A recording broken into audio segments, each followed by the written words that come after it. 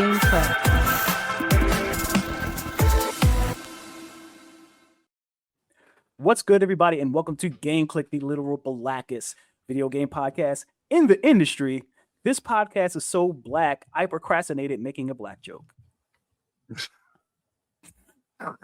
The joke is low CP. Nobody would have known. You just had to out yourself. I want y'all to know, y'all listeners, he was thinking about this before the show and gave up. He is fully given up. Finding himself a joke. That is so funny. It's a joke in and of itself. CP top. In fact, There it is. As always, I'm your boy, the Charm City Champ, and I am joined here by our resident cozy gamer and resident mommy, Reese Plays Games. hello, y'all. So happy you're here. What were you about to say? And Super Mario expert. And Super Ooh. Mario Savant. Mushroom. Yo, we have like one more. It's worse. It gets. I got none of them right. Like this. Oh, no. If you're not following us on Instagram or TikTok, you're wrong. Missing You out. need to find us at Real Game Click. We started a series, guess that Mario character, Mario enemy name, with Reese, Mhm. and they're crazy. One more drop in Monday. I think Wowzer's a winner. I think. Wowzer was crazy. Hmm. We also have the king of strong style and our resident wise man. See, I don't like not saying it. It trips me up. It trips me up when I don't He's say too it. used to it. It's been ingrained, bro. Yeah. He does his change immediately. Who you said he went? Oh, I don't like it. The king of strong style, the king of the iron fist, our resident wise man, Hinokaga. What's going on? What's going on? How y'all living? How y'all feeling? Hope y'all doing well. We also have the Lord of Esports. it gets worse every episode. For the University of Maryland College Park, Coach Physics. What is up, man? It's good to be back on the show.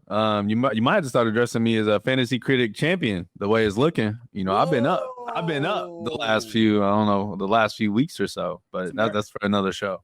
It's a marathon, not a race. That's fair, brother. We got a half a year. So today is a special episode because I really like doing these episodes where we get to pick one game and we spend the entire time talking about it. And it's a special game, a very special game, a very special topic. And we're going to touch on a lot of the issues surrounding Mixtape. There's issues? People have issues? Oh No. my God. Color me shocked. No way. The internet was very much sane, and they they took the reception of Mixtape very much like a regular person would. Not well, but we're going to get to that later on in the show. I want to hear what everybody thought of their time with Mixtape. I feel like I want to hear Reese first because Reese, I don't think you said before the show you're at the very end of the game. So I want to know from you as someone that hasn't finished it. What is your experience so Like far? I think that y'all said I'm like 10, 15 minutes away Mhm. from So finishing close. the game. I ended up getting sick, but resident cozy gamer, I needed to turn my brain off game. I really do enjoy the game. I really have been enjoying it. I understand where people like the lack of gameplay. Me, I don't care. Mhm. I don't care. I'm here for the story. I'm here for the music. As a Portishead fan, I was ecstatic. I was like, "What?" Like, so Mhm. for me, I was like, "Let's fire." But I get it. I do understand some of the discourse around the lack of gameplay. But for me, I had a ball with it, and can't wait to get into another topic later on in the show. Hope. I do want to touch on, you brought up the music, and the music's really good. One thing that pissed me off. Uh-oh. Pissed me off. There's a point in the game where the main character teases that she wanted to play Montel Jordan's This Is How We Do I It. literally have that in my notes. That is so funny. Oh No. my I God. literally have it in my notes. That is is- so that is- Hold on. No. What? No. What do you mean? What do you mean? It didn't fit the mixtape.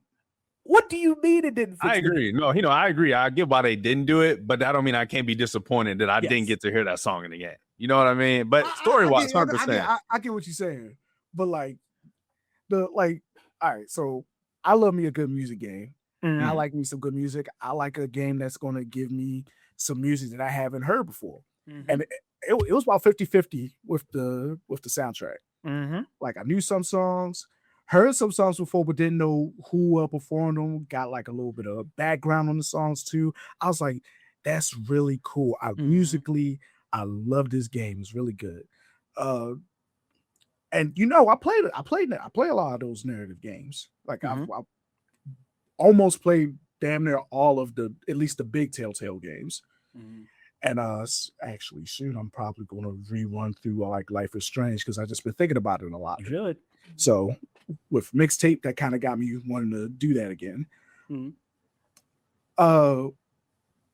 However, right, there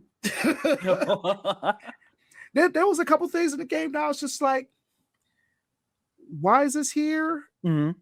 Like, and at one point, I think I did say what a lot of other people would think. I was like, this could have been a movie, and I would have enjoyed it like just as much without the actual gameplay at all.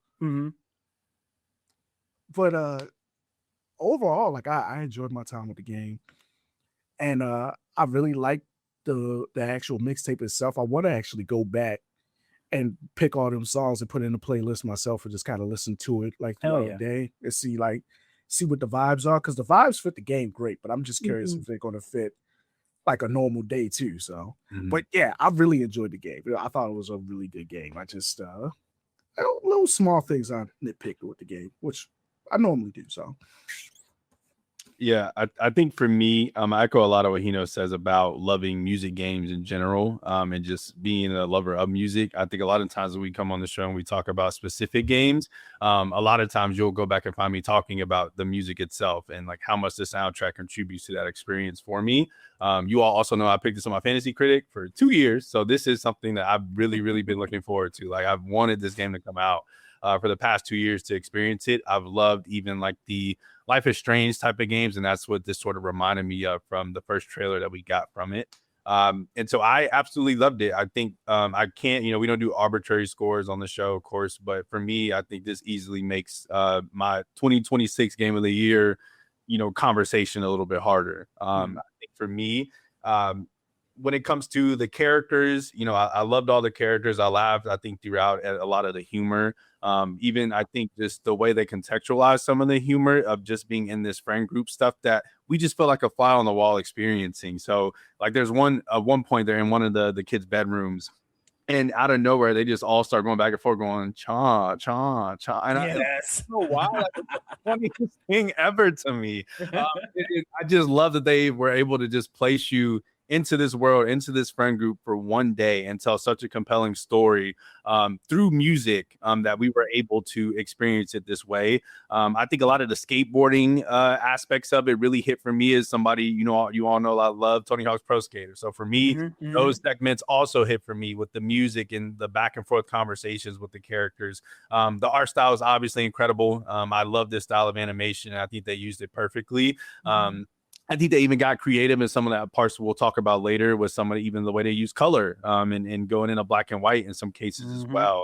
And yeah, I think from start to finish, I thoroughly enjoyed myself. I experienced this over, I think, 2 days with my partner. And the first day we played, I couldn't wait to come back home and play the next part and finish it. So I absolutely loved it. I think I'll leave it at, I was talking to her as we were finishing this game, and I said that this is a timeless piece of media.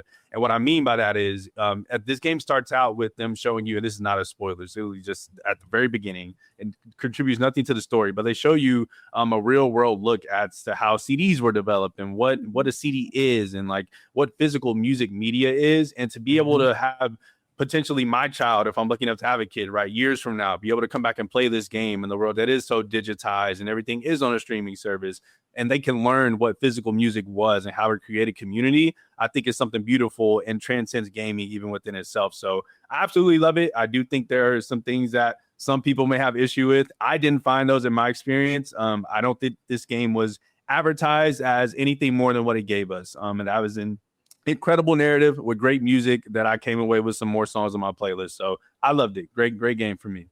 Mhm. One thing that I don't think anybody has touched on, but I think we'll all be able to kind of relate to, is how polished this game is. Like this game, I didn't run into any bugs, No lags. any Yeah, glitches, no lags, no frame rate skips, and like everything, all of the gameplay is, people joke that there's not a lot of gameplay, but everything that was interactive, all the gameplay segments, the mini games or whatever we want to call them, they all played very well. Like the skateboarding feels really good. I want to specifically call out, there's a scene where you're in a photo booth. Oh and wow! you're like Oh, moving yeah. people's heads. The and it animation feels- on that? Yes, the animation, the attention Man, to stop detail to playing, their man. facial animations, We, and like we should have screenshotted those pics. See what I know, everybody's I pics wish- look like. I wish Yeah. we did, man. Yeah. I didn't realize that. I know physics called this out, was like, this is going to be a banger.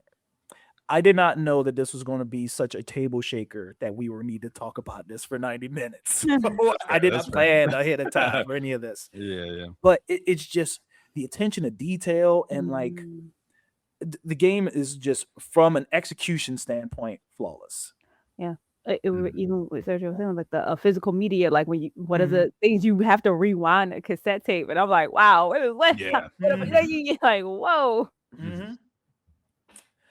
What I do want to touch on, and I think it's a topic that not a lot of people are talking about, but I think as the self-proclaimed blackest video game podcast, I think we do need to talk about it, is this game is such a good encapsulation of what it was in suburbia in like the early to mid 90s. But did y'all have any issues relating to anything that was happening in the game as, non-white millennials? I'm assuming we're all millennials. We're all millennials, right? Yeah. Ish. Yeah. Yeah. But yeah, absolutely not. I didn't relate to. Like, I was playing and I was looking at. I was watching stuff happen during the game, and I was just like, "Man, They be doing that? I'd have been. Yeah, I'd like, have been half dead, beaten Right. from the police. Man. Talking back to their mama. Man. Half dead, beaten by my mother once I got back from the police. yes. Well, yeah, I could kind of relate to Cassandra a little bit in the aspect of with the whole college thing, like you can't go away type thing. I can relate to that. I can have a little situation like that where it was an issue for me trying to go away to school. Obviously, I didn't go, so I can definitely relate. Yeah. I think that was definitely my biggest point of contention, I guess, with the story. There was just some elements of it, like, in the Blockbuster scene where he's going through the store drunk and like falling over and stuff. I'm like, bro, let this be a black kid. You're going to jail. Like, he's calling the police. You know what I mean? Like, what is going on here? So there was definitely aspects of the story that had me like that. I think they kind of wrote a loophole around it with Cassandra's father being a cop, right? And them having that little leeway there. But I think overall the fantastical elements of it added to the story, right? Like them on a shopping cart. That's one of my favorite scenes. Like that's the first song that I saved from this game. I think is called it's a song by Rainbow, and I think it was called I can't think. Oh man.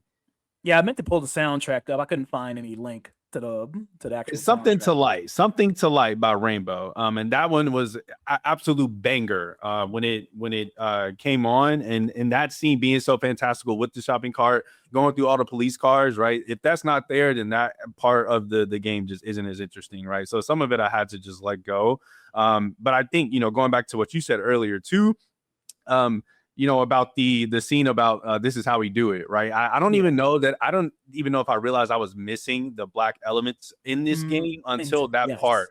And then I was like, man, this will really hit if I had some hip hop in here. Like if we're in a black city or just an environment that I can identify with, but I think what I came down to it is this is a predominantly white studio with two white men at the helm of it directing this game.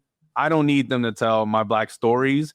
All I can hope for is that through this game, they have inspired the next generation of black creators to make that game that I want as a black man. And I think that's where I've left it off as is I don't know why we're fiending for a non-black group to give us a black story, you know, and that is my biggest thing.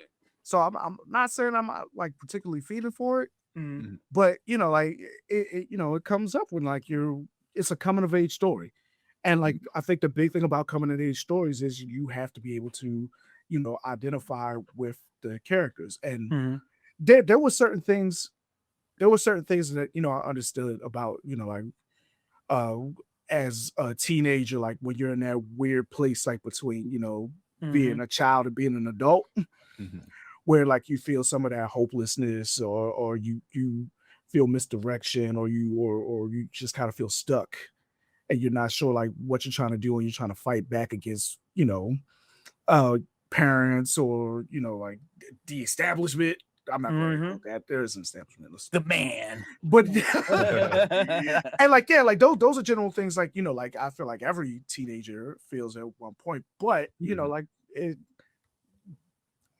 And I'm just going to speak for me, like being who I am, where I've come from, some of the things that I've done in my life, and looking at them, I was like, damn, y'all had it kind of easy, but like it's still like it was a really good story, and I understood what they were trying to go for, and I was like, yes, like they did their big one on this one.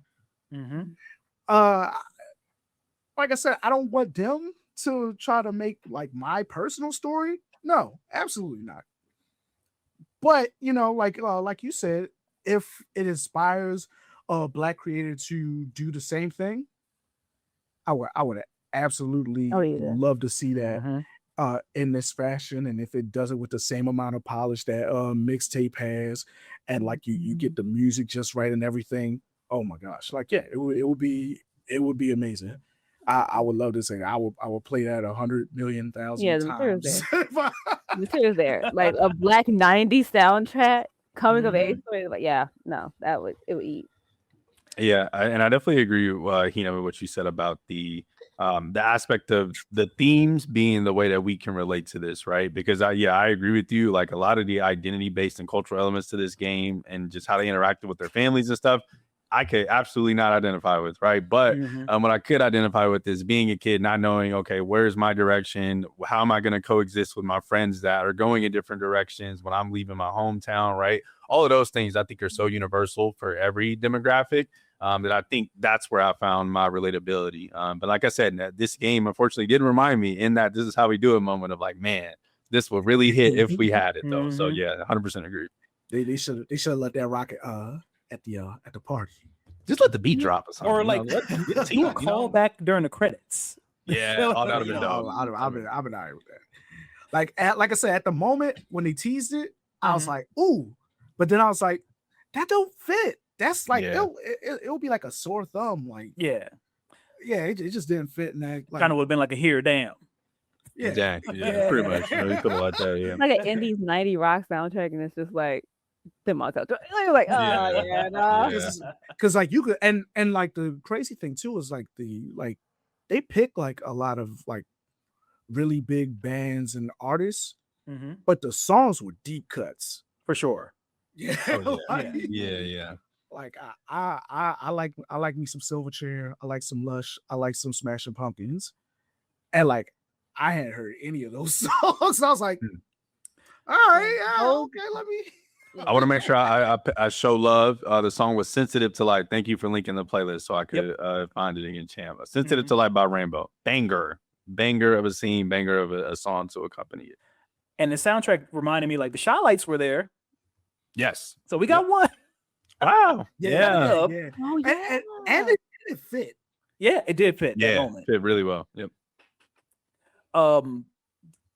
What I do want to touch on as a 90s kid is one thing that I was worried about going into Mixtape before I started was that a lot of the artists that they teased were going to be in the game. I was like, I have no attachment to this. Now, obviously, you don't have to relate to the characters in every single video game you play, but it seemed like this would be the way Mixtape was marketed. Seemed like this was nostalgia bait, for a lack of a better phrase.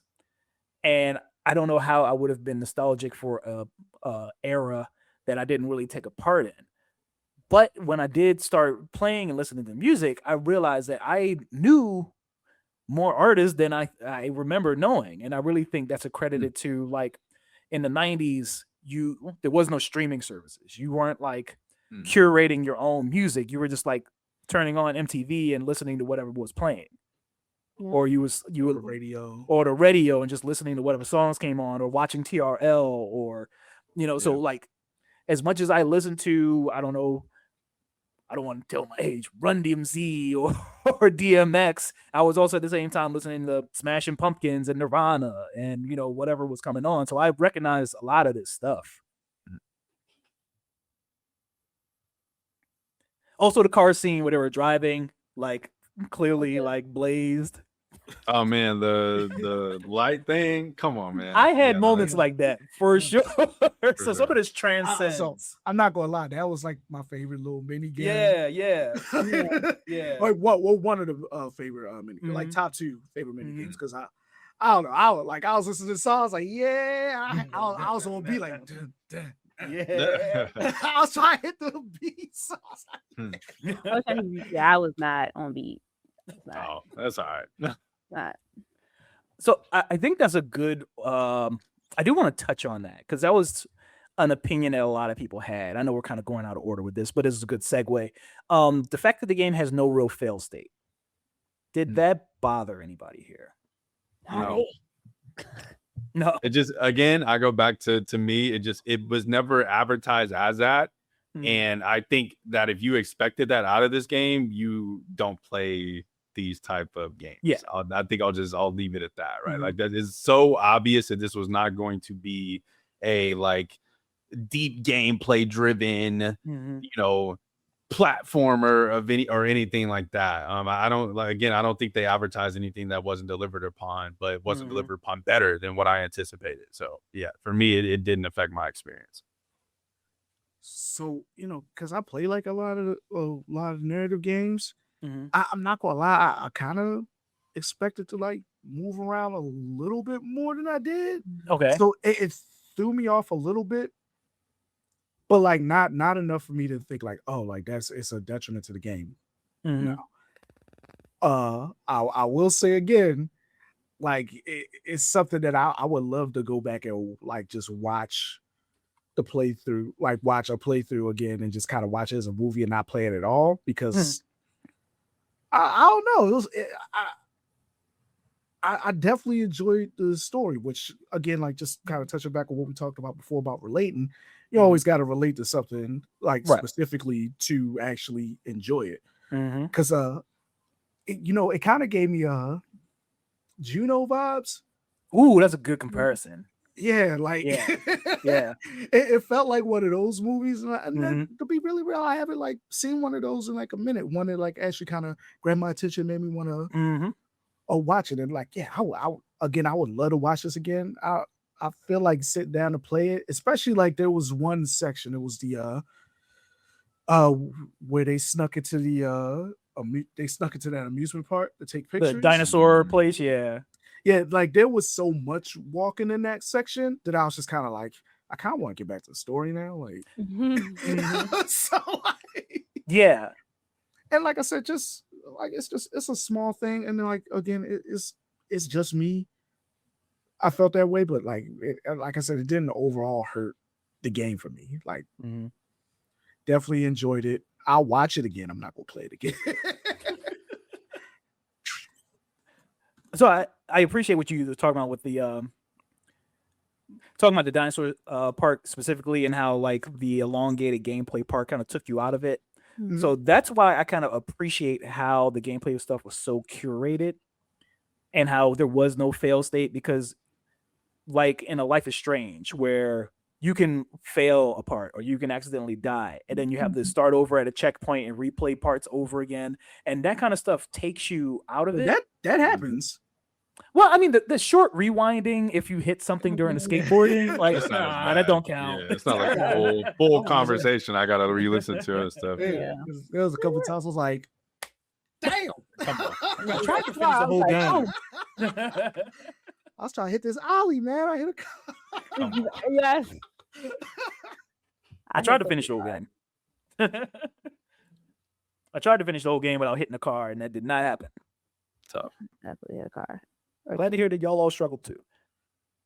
So I hear how we all feel about it. The main crux of all the weird online discourse, as always in gaming, it always comes back to IGN. IGN gave Mixtape a 10 out of 10. Now, hearing that specifically, and again, a critic's review is his own opinions. There's no such thing as a right or wrong critic review. But I mean, kind of. Oh my god, absolutely wrong. But do we all agree with the IGN review? Is this a 10 out of 10? I think for me as a music person, and I think anybody that, I'm not going to say anybody that appreciates music needs to love this game, but I think if you're somebody that appreciates music and media in general, I can see this easily being a 10 out of 10 for you, for sure. No, but very close. Yeah. 9. I'll say like 9, but like 10, nah. What's keeping it from a 10 for you? Exactly what I kind of said before, like the little bit of gameplay, like the one elongated gameplay part kind of like threw me out of like the game. I was just kind of like I was really trying to hurry through it to get through it so I could get back to like the story, to be perfect. So that's really the only part of it. It for me, it didn't feel like it fit. I think it just kind of threw the pace. Actually, that's what it is to me. It felt like it threw the pacing off a little bit. I agree, and that's really my only nitpick. So but it's a nitpick in a 3-hour game, though. So that's you know, it holds a little more weight. Yeah, that's what I said. Like just not perfect, and like not perfect, but like right there, definitely like a must play. Like a 9's a must play. Reese, what was keeping it from being a 10 for you?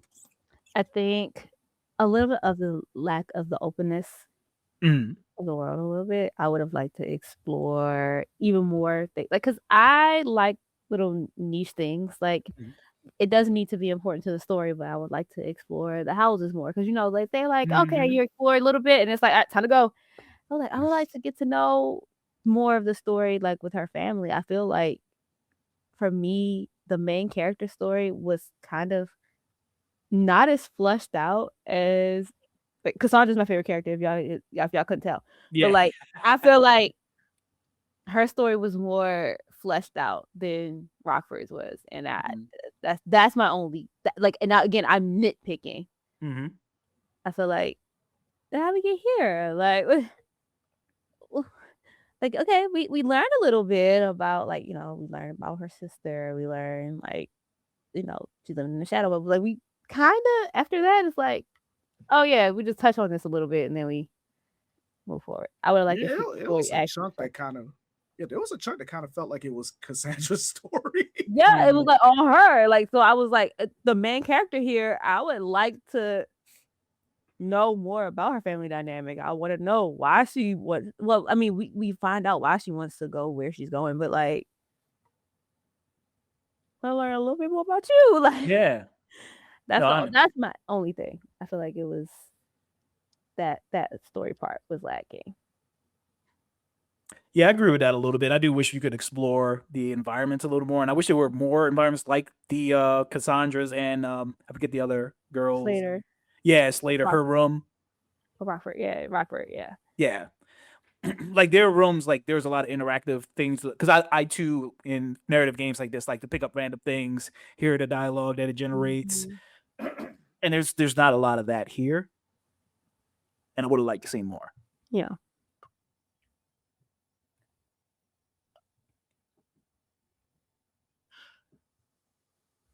I want to touch on one blurb from the review that I think explains why this guy decided to give it a 10 out of 10. Nostalgia is a bittersweet feeling, but one we can't help but fall into the clutches of, whether by choice or not. Is a sensation immaculately captured by Mixtape, a soulful journey that creates new memories you felt like you've had for years at every turn.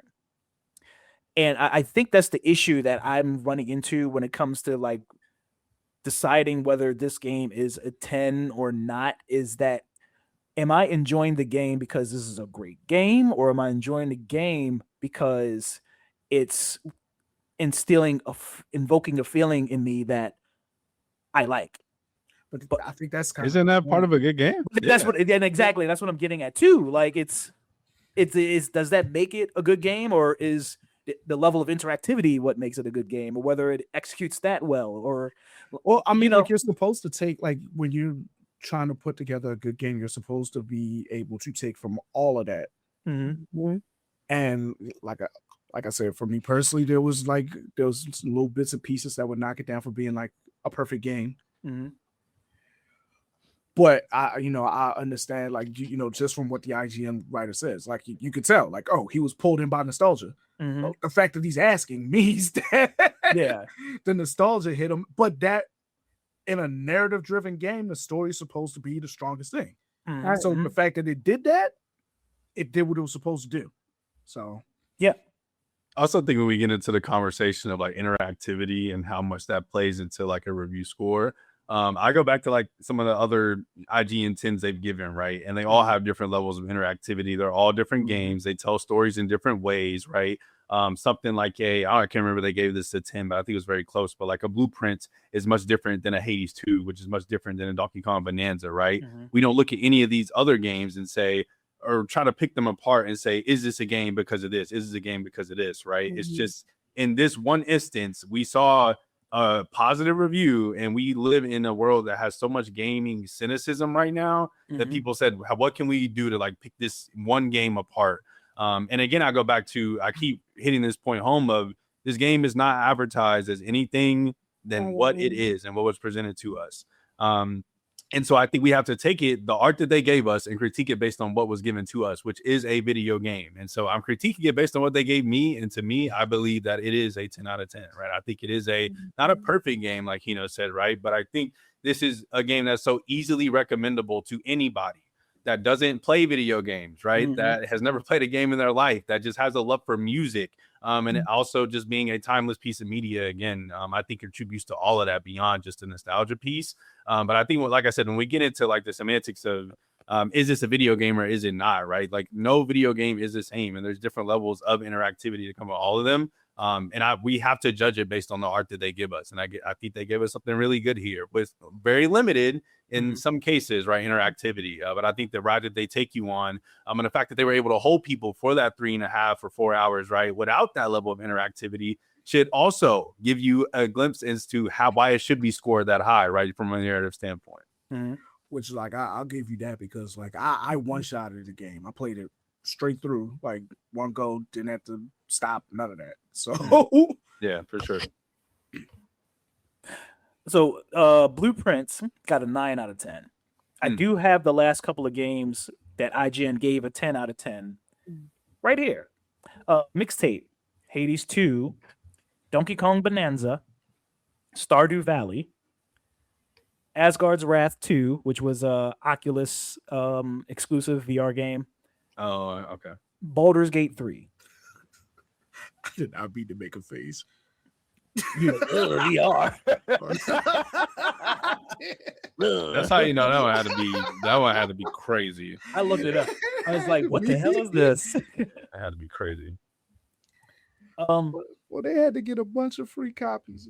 Well, no, we're not going to touch on that. I'm sorry. Not today. My fault.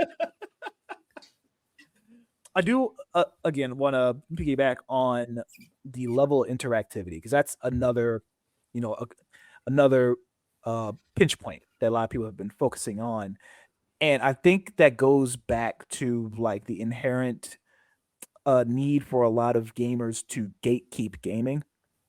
And when they see a game that's like extremely accessible, extremely easy, it's not a game that tests your skill or your reaction time, or you don't have to like lab, people take it as an offense. Yep.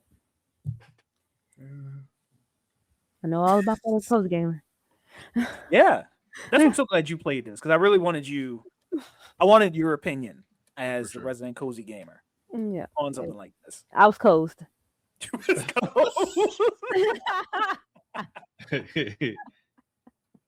You know, you made a face. What were you about to say?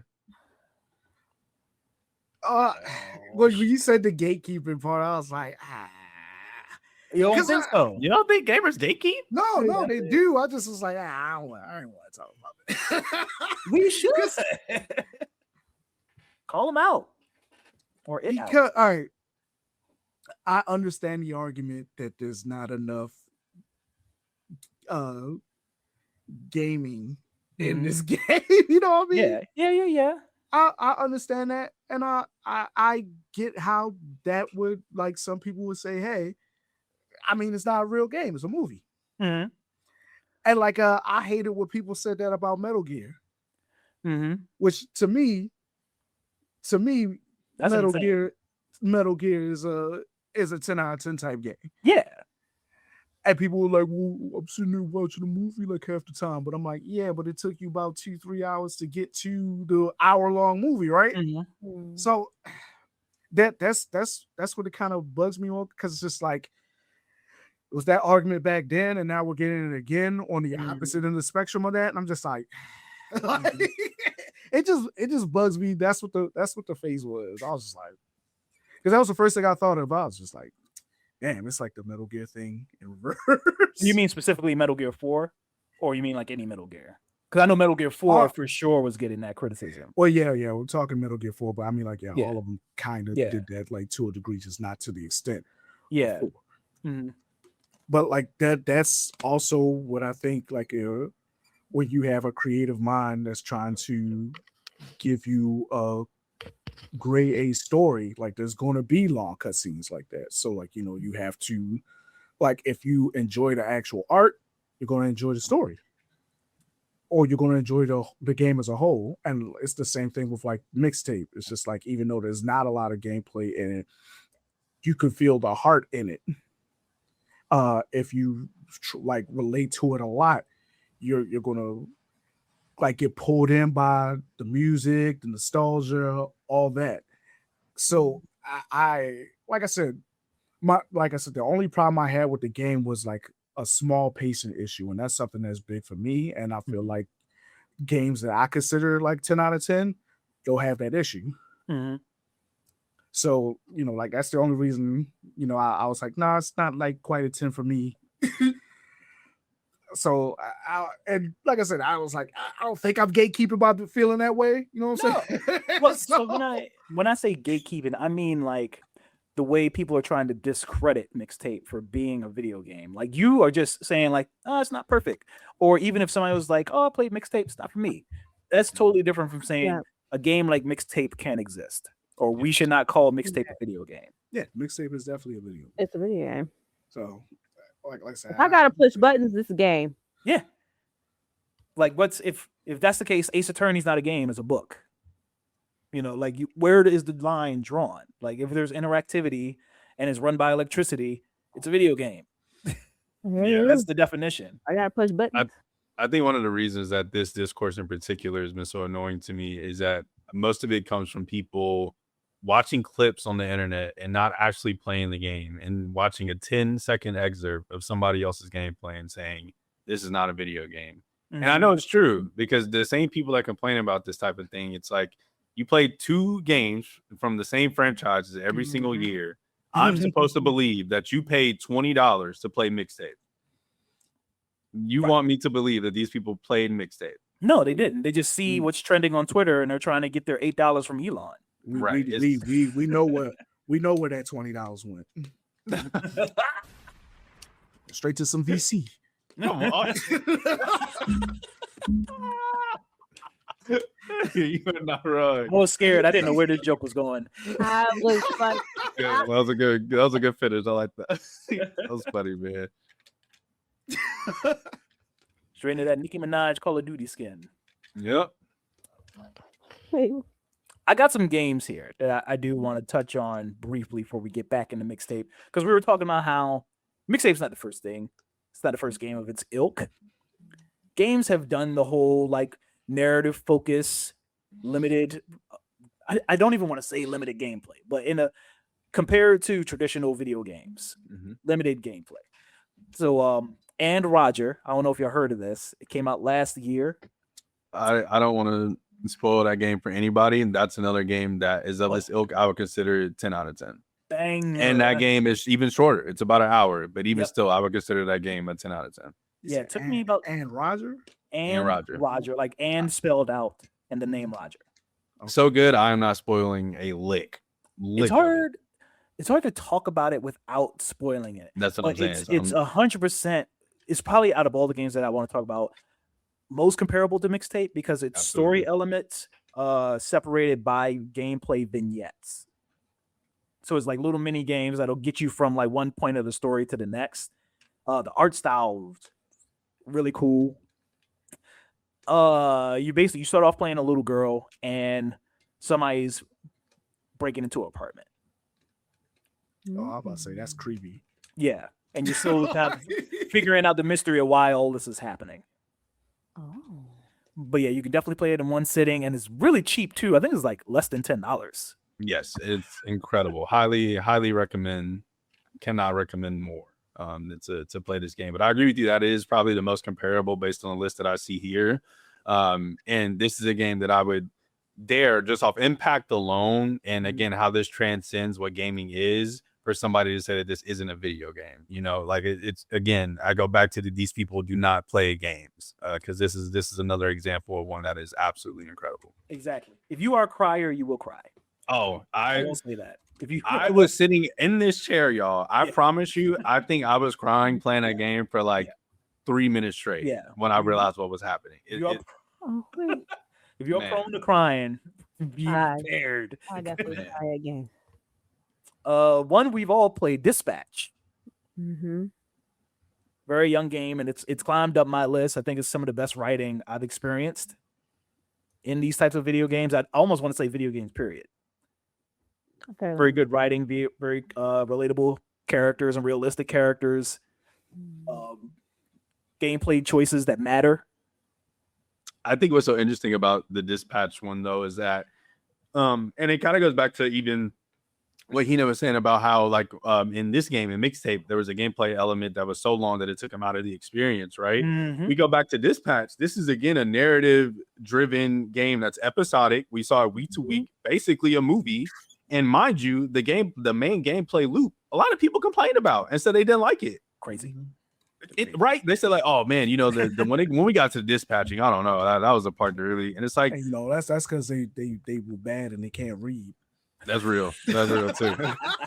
You got to be able to read to do that one. That's true. Read contest clues, absolutely. But then also even like the hacking elements, right? Some people didn't like those too. So I think even looking back at this game is so interesting to me that just like in Mixtape, some of the parts that are more gameplay, we go, actually, maybe I didn't want that, right? And that being the main point of contention. So I thought that was interesting when I saw Dispatch on this list. I enjoyed Dispatch. Played through twice, got the same ending twice. I was very upset. Was it the bad one? Yes, I was so annoyed. I was like, yo, I did everything right. Damn, Reese. Before Your Eyes. Who else played that here? I don't know if I played this one. You should. So Before Your Eyes came out. So it originally came out 2020, maybe. But I played the re-release on PSVR 2. Before Your Eyes is only on PC and PSVR 2 because you need a webcam or a camera that can trace your eyes. You do not play with a controller. You do not play with mouse and keyboard. You play with your eyeballs. Oh. I don't know about that. Yeah, like I probably failed that. So there's it's not really a fail state, but all I can explain without spoiling is you were like, because it's kind of the story is similar to the Spiritfarer a little bit.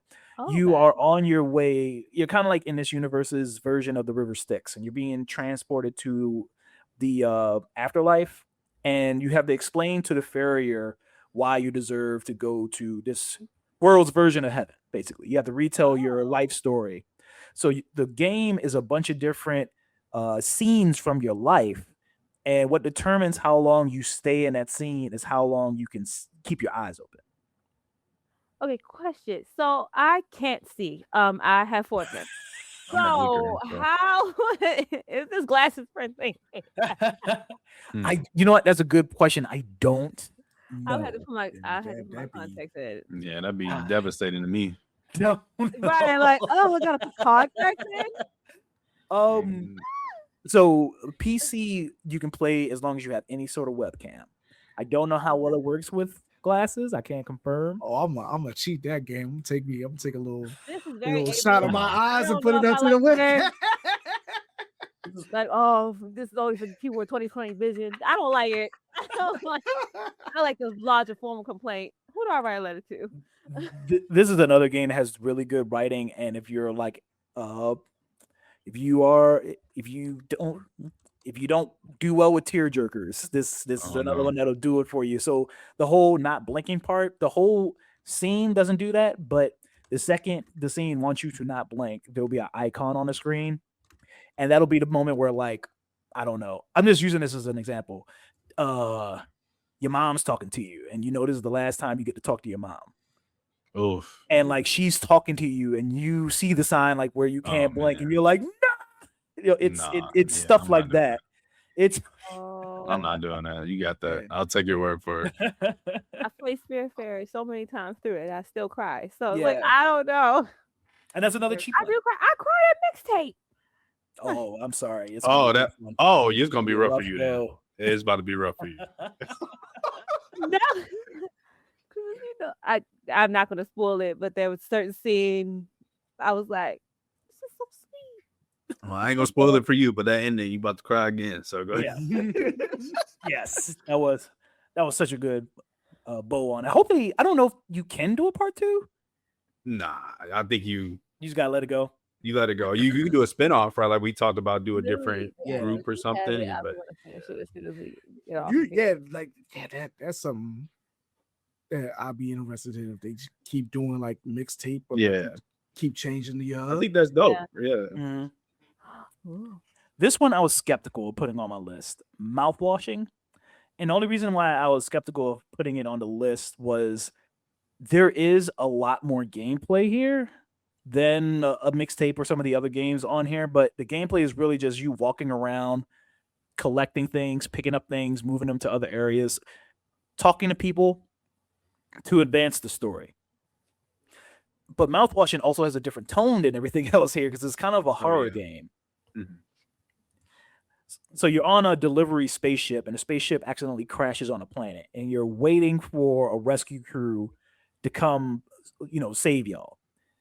And as that's happening, somebody's always calling Hino, giving them questions. We didn't get to that part of the show. As y'all are waiting to get rescued, scary shit is happening on the spaceship. I don't want to spoil it because, again, this is another one where, like, if you explain too much, you are spoiling what makes the game special. But I was about to say that reminds me of PS2. I'm unclosed. Look, not a cozy game at all. No, at all. When this is one that when it came out, so many people were talking about it that I think I've just watched a playthrough of it. I definitely agree with you. There's definitely more gameplay elements, but I think when this game came out and it was getting rave reviews and discussion, all of the discussion was about the story and like the dialogue and that aspect of it. I didn't hear one person say, "Oh, it's like the best gameplay loop ever." It was like, this is a story you need to experience. So I think that this is a good testament to what you're talking about. Mm-hmm. I was gonna say that kind of reminds me because the story sounds almost the exact same as a Lifeline for the PlayStation 2. Yes, I know what you're talking about. It's like and that was a game where it's like it's also survival horror, but like the whole game is voice commands. Like you needed to have like a PS2 microphone, and like you just talked into it, and that's how like the whole game was played. But I don't know much about the story because I had it, but didn't get to play it.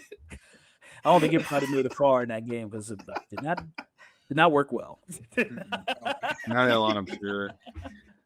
So to stick on horror, one that you didn't put on here that I would be remiss not to mention is Until Dawn. I feel like that Until Dawn Yes, set that's a up like good a one. new like Mm. generation of what horror games or these decision making games were, right? Like they've been trying to chase the Until Dawn high since it happened through Yes. movies, through other games, and it has not worked like that. Well, You know what I mean? Like, definitely not movies. yeah, Definitely definitely not not movies, movies. right? That's what I'm saying, right? They've been chasing that high ever since that moment happened, right, with gaming. And so I think that's one for me that I would easily put in my top 5 of like narrative driven, you know, like you said, limited gameplay type of games. That one definitely would set the tone for me. We should play Until Dawn, or are you just speaking I on actually the, have played Until Dawn. Oh, wow. yeah. I know, right? I did. Well, Rami Malek was in it, so I was like, Okay. let's play this. And then I was very excited because they said the movie was coming out. So I said, "Oh my goodness, I can't wait to watch the movie." And I said, "What is this?" Now, did I enjoy the movie? I did, because I love a good cheesy, ridiculous horror film. For sure. I love that. But I liked the Quarry.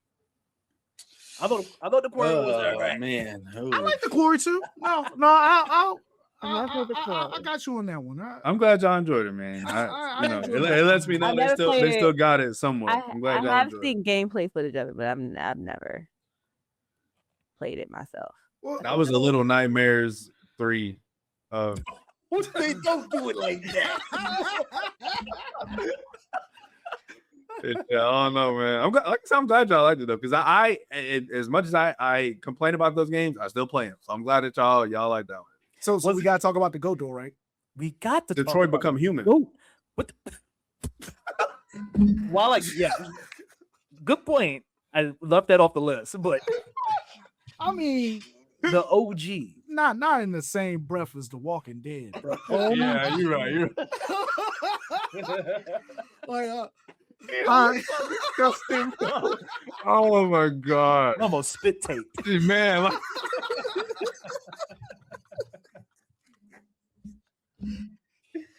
Oh man, yes, but we cannot forget The Walking Dead, man. Really and truly, I think the one that really like set this like type of game like off. And one that I think is, again, we go back to, like I talked about with Mixtape, timeless media. This is one that I could recommend to anybody, at least for this first season. And I challenge anybody to play this first season and not be emotionally hit in some capacity.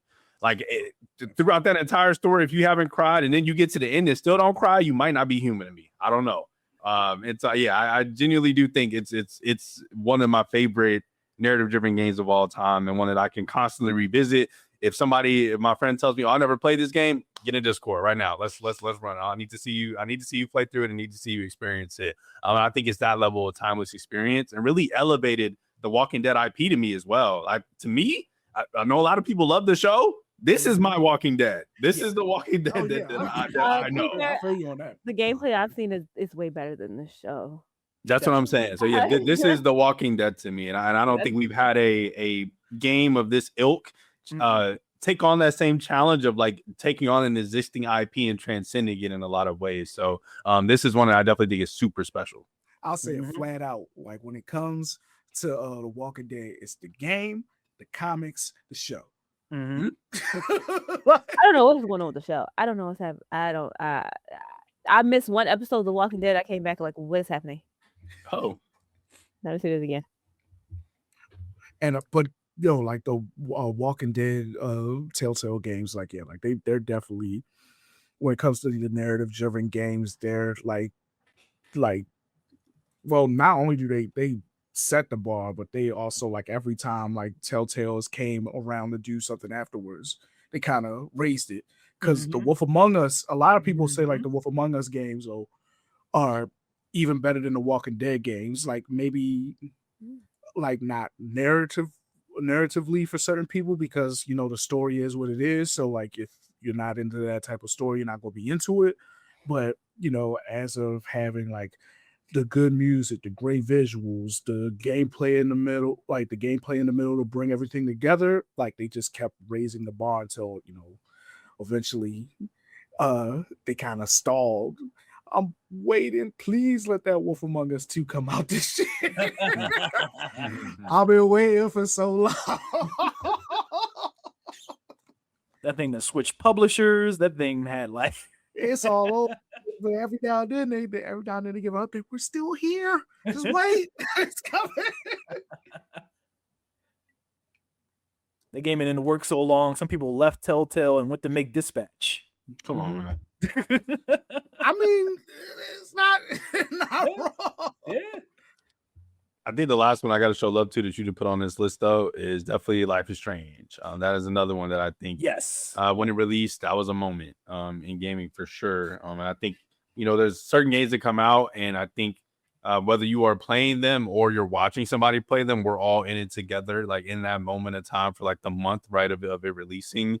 I think the original Life is Strange at the very least was one of those games. I think whether we could debate about the quality of the ones that came after, right? But they're still selling. People still like the series, and they're still making more. So, and I think we're getting a show or a movie or something soon too. So, this is an IP with some staying power, and I think it really was able to live this long because of the strength of that first game and the type of experience that it was. So, I definitely got to show love to Life is Strange. Yeah, I think like the Life is Strange, it definitely had its ups and downs, but it's always been narratively that it had its ups and downs. Like as like a game itself, like they always gotten better with the games. Looks better, sounds a little bit better. Like they really, I would say, took what Telltale did and said, hey, let's put some of that Square Enix budget behind it, you know what I'm saying? And like definitely like if Telltale kind of like set the bar, it keeps raising it. The people that are doing Life is Strange, they always been right there with them. So like, I'm not gonna say there's always going to be a market for these games because like it's the narrative games are hit or miss with people. Like some people like them, some people don't. But there are always a few companies out that's going to be able to put these out. So that makes me really happy because like you never know when we could get like another we're probably not going to get another specifically Telltale game, but like one of their IPs might come back. We might get another Life is Strange. We might get another Mixtape. And if we do, I promise you I'll be there for all of them. I'm ready. That's right. We play everything over here, buddy. Sometimes, not everything. Yeah, we still didn't do Kingdom Come Deliverance too. We really owed that game. It's on the list. It's been on your list for a year. and a little behind the scenes thing. I seen you asking about 50 Cent Blood in the Sand. I'm not playing it. You're not getting me to play it ever. Dang. I've been trying to get Hino to play 50 Cent Blood in the Sand with me for a while, and I've been trying. I got the setup. No. I got the disc. I'm not going to run off camera to go get it, but I got the disc because you need the disc to play it unless you emulate it through nefarious ways. But allegedly, it's not. The co-op is not same. It's not couch co-op.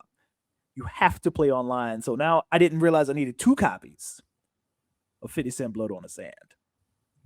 Oh no! I'm sure Hino's so hurt. It's a good game. It's not happening. No, it's not. It's not a good game. It's basically Army of Two, but you're playing as 50 Cent and Lloyd Banks. You do not do that to Army of Two. The G Unit. Hey, you just disrespected one of my favorite like couch co-op series. Don't do that. If you play 50 Cent, you'll be like, I see it. I will not think of Salem and Rios going back to back. I absolutely will not, sir. You will think of Tony Yayo, a young buck, going back.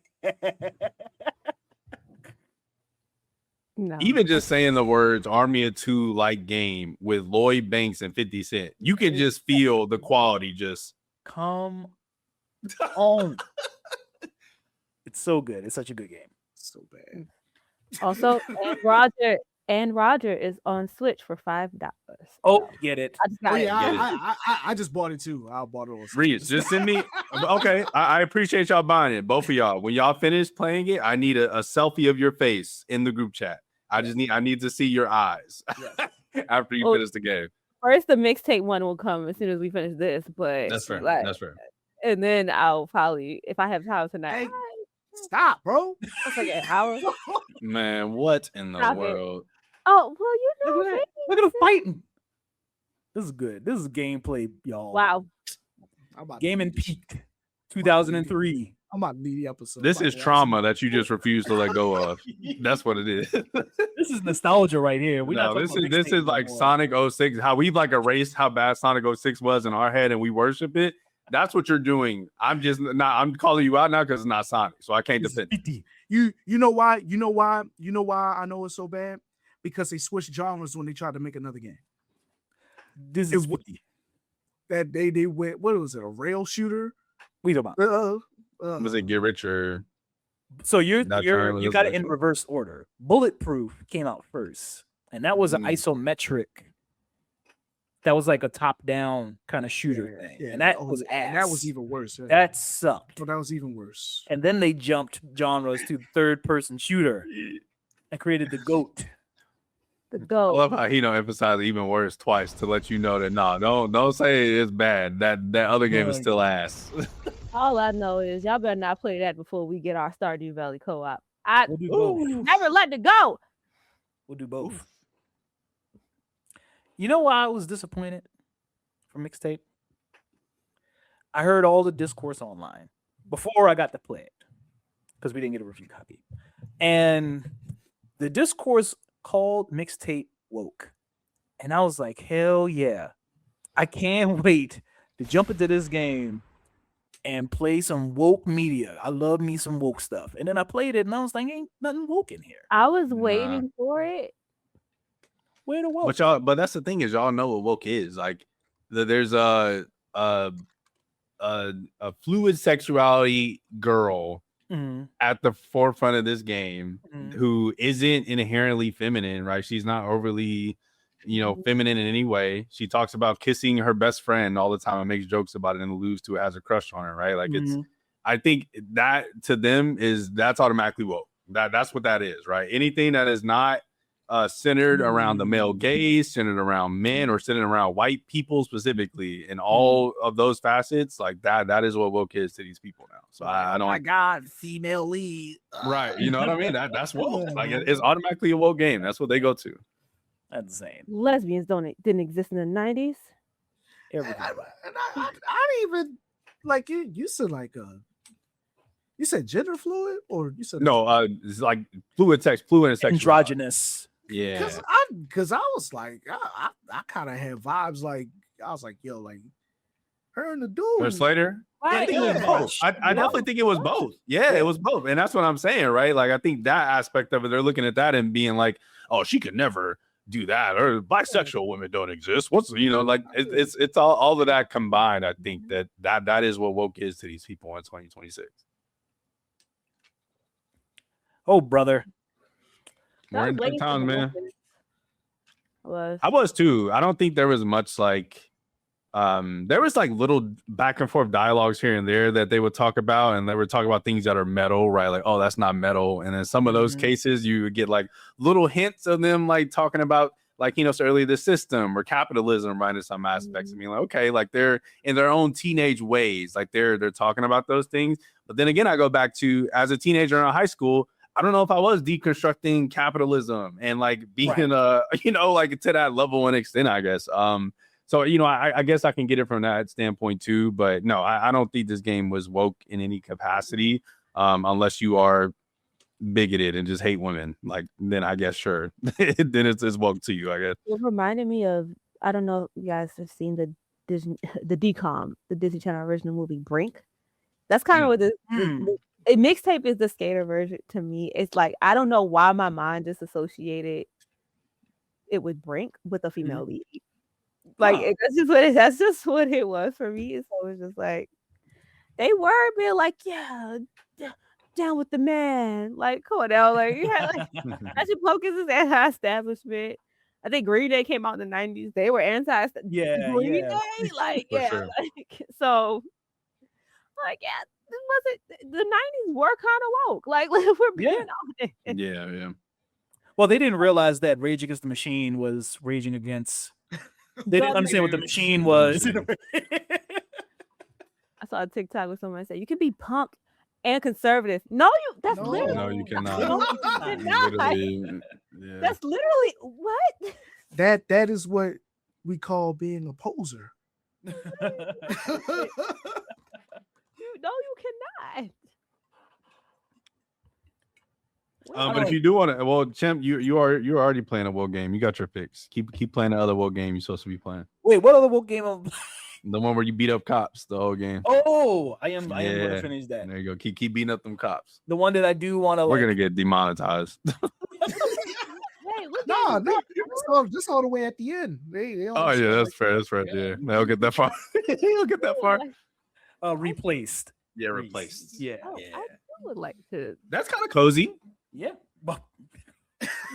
Me.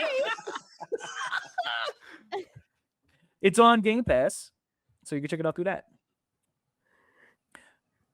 Let's talk about our favorite moments in Mixtape. Let's do a round robin. We'll go around. Let's start with Reese. Yeah. I have two. Mm-hmm.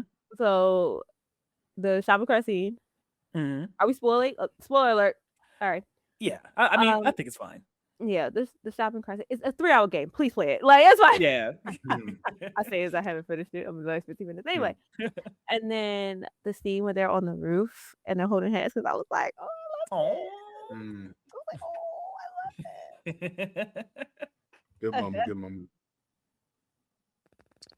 I think for me, I Reese kind of to my first answer, but the shopping cart one especially. I think, like I said earlier, like the music all like coming together in that moment, and like that being the first song that really caught my ear of like, damn, what is this? Like I've never heard this before, right? And like the immediately grabbing my phone and going to Spotify, right, to like look it up. I think that's when it fully connected with me, like the gameplay, with the music, with the characters in this adventure that they were on. This is when I realized like the game was special.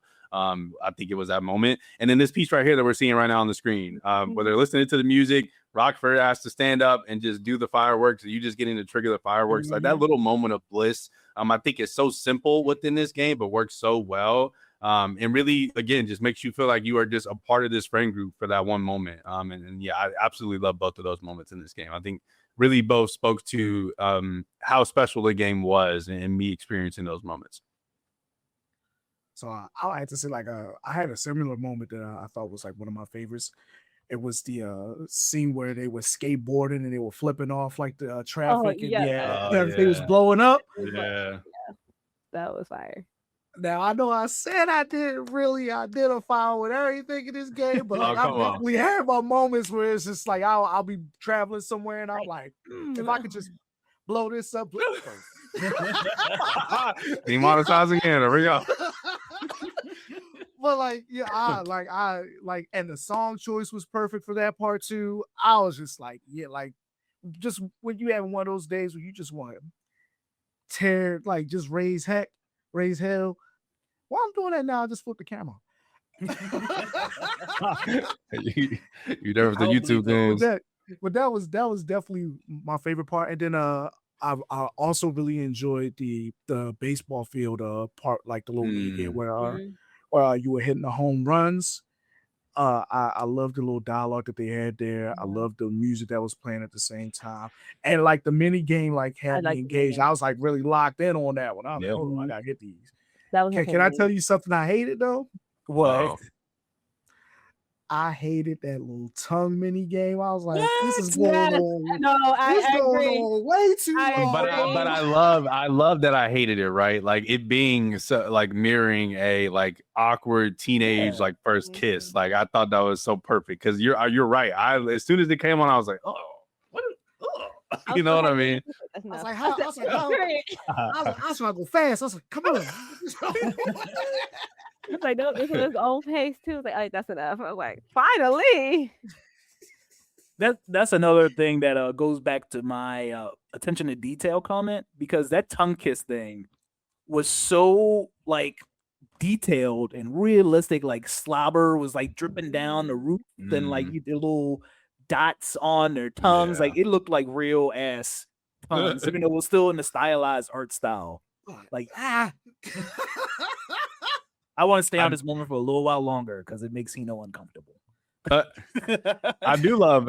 One of the things Hino just brought me back to one of the things I do love about this game, and particularly Rockford's character and how they tell the narrative. I love the moments of like Rockford going, like breaking the fourth wall and like talking to us and saying, this is this song by this person. I think that acknowledgement like of the artist and the music itself, and again, showcasing that the music here is what we're using to tell the story, right? I think it's so important, and making people, again, know who these people are, be able to look up some of these songs afterwards and really find a love for the music on their own. And I think in particular on the Batty Cage scene, like just again, so quirky and funny of her being like, yeah, I don't really have anything. This is just the only, like, I just needed a sports song, so I just threw it on here. You know what I mean? Like, it's so dope. And again, just tickles me at every turn. I mean, and just so well written with her character, again, in such a short span of that 3-hour period. So, yeah, definitely wanted to shout out how they introduced the song is really, really dope to me as well. Yeah. I got 2. The stick with everybody's format of 2. Mm-hmm. I know we talked about how Dinosaur Park kind of overstayed its welcome, but specifically the kaiju part where you're stomping around. Oh, that was dope. I love that song. Yeah, that's that's what I was about to say, because Yeah. it sounded to me like they wanted the beat for Pharoah Monch's Simon Says, but they couldn't get it. Mm. It sounds like it's very much got the same crunchy bass line that song has. And I was like, oh yeah, this is the closest we're going to get, because I think that was before the Shot Lights. So I was like, this is the closest we're going to get to a black song. Is this Gotcha. For sure, I can see that. And also there is a part, because there is a reoccurring theme where they're happy, and when they're at their happiest, they're kind of floating and flying, and that always conveyed, because we didn't really touch on how this game kind of blurs the line between what's really happening and how they feel. Mm-hmm. And the game does a really good job with that. And it's very much so seen in those scenes where they're kind of like flying through the air and flying through the parks and flying through nature. But there's a part close to the end of the game where, spoilers, where like a friendship is kind of like on the rocks.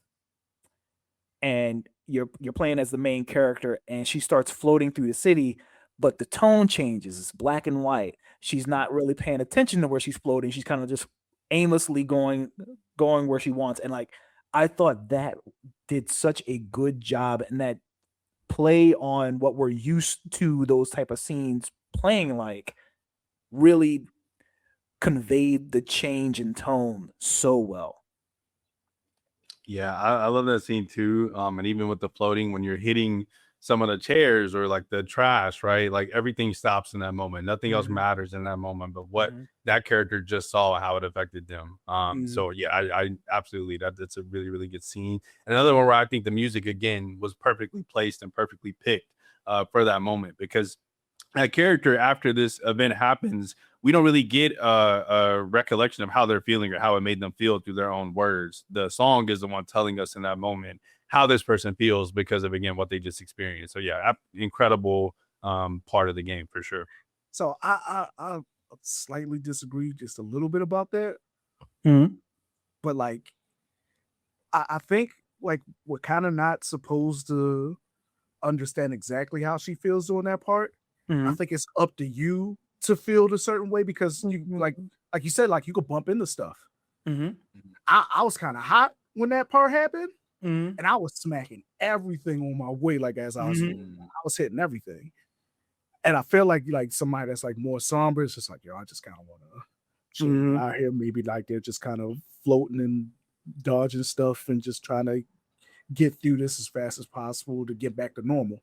So I think that was like a small part where you get to kind of see your feelings about that. And like, which again, like I said this earlier, like I'm really interested to see somebody else play the game and to watch them play it, because like even without them talking, like you could like in some of those like scenes just like that where you get to have like a little bit of expression like that, and like the TPing the principal's house scene, like you kind of get to know how the player's feeling like while that's happening, just off of the strength of like how they're handling it. Like I said, in my case, like when I was floating, I was banging into everything on purpose. when it comes to the TP in the house part, like, I threw some toilet paper and then I was like, yeah, well, all right, I'm over this. Like, Yeah. but I'm sure like somebody else that like is like hot and really mad at the principal, like, yo, like, they gonna cover that thing completely. You know what I'm saying? So like, yeah, like I said, it's crazy because a really good game for me has like a lot of good replayability. And this is like one of the first games where, to me, it doesn't have a lot of replayability, but I do want to go back and watch other people play it. Mm. And I think that like kind of speaks volumes that I don't want to play it again, but I want to watch it again. So The more we talk about Mixtape, the more I'm walking back my statement of I don't think it's a 10 out of 10, because what you just pointed out to me, it it highlights how customizable the gameplay experience is, and that is largely due to the fact that there is no fail state and there is no like true, you get to these gameplay vignettes and there is no get the high score, or when you're skipping rocks there is no hit these things. It's just do what you want to do, and Right. you're kind of in those moments creating your own game and doing what you want in those moments. And it's so many moments like that, I think, outside of maybe the batting cage thing where you kind of are incentivized to a sense of hitting the ball, but everything else is just like play how you want to play. You want to hit tricks during the skateboarding thing, do that. If you want to, if you're in the car jam session, if you want to do that to the beat, do that. Or if you want to just smash 100 times to see how much you can do, you could do that too. And the fact that you can take this game and make it your own experience, if that was the developer's intent, like they nailed it. Yeah. So you need to come on over to the side, brother.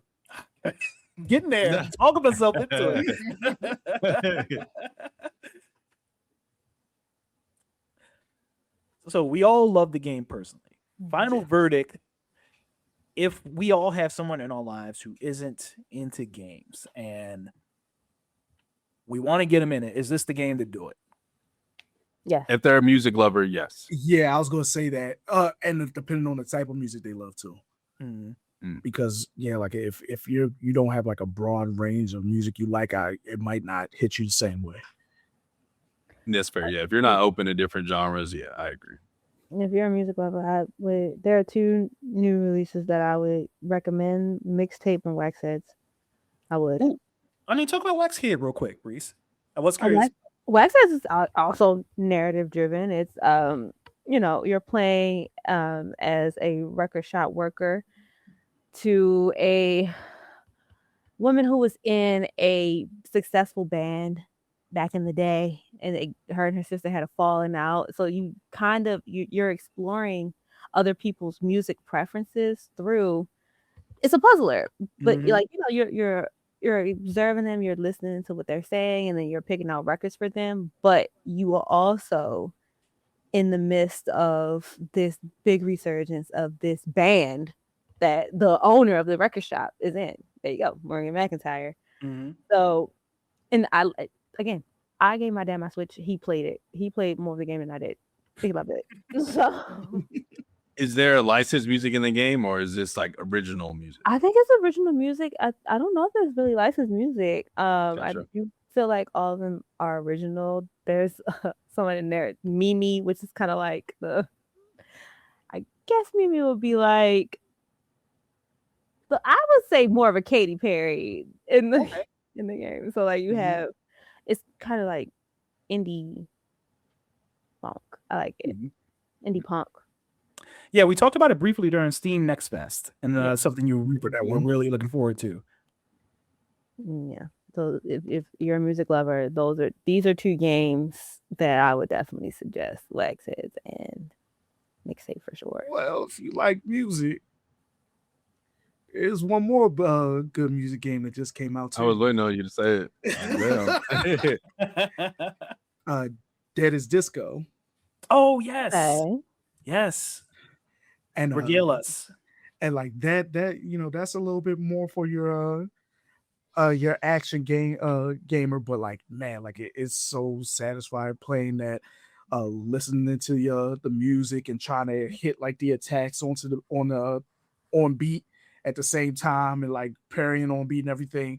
It's such a cool game. On top of all of that too, you can also import your own music in and like actually fight to like some of your favorite songs. And yeah, I streamed today, take my channel, so and they not checking yet. So how easy is it to import the music? You would say, so I haven't tried it yet.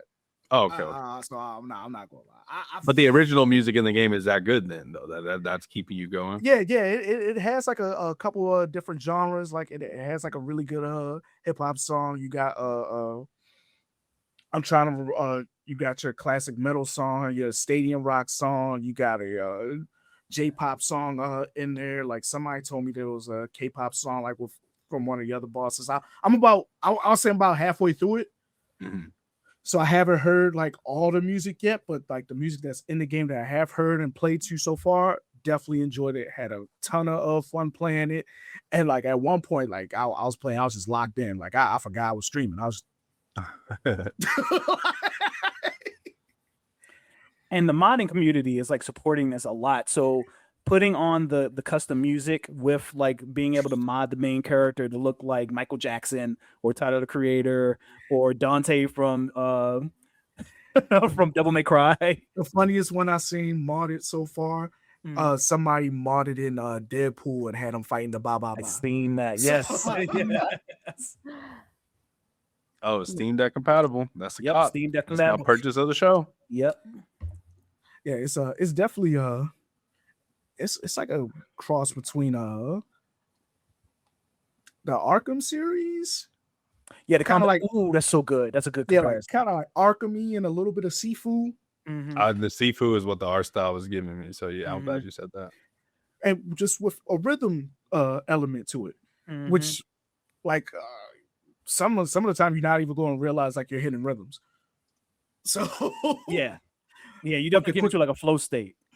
So it reminds me of what's the Xbox joint that came out that was rhythm based. They shut down the studio. Yes, Hot Rush. That's what that reminds me of. Yeah. And there's another game like that I don't know if it's out yet or not, but they were advertising. I gotta look it up. We'll talk about it another time. Well, y'all heard it here first. We recommend Mixtape and we recommend Dead as Disco and Wax Heads too. Play them woke games so they don't go broke. Oh, come on.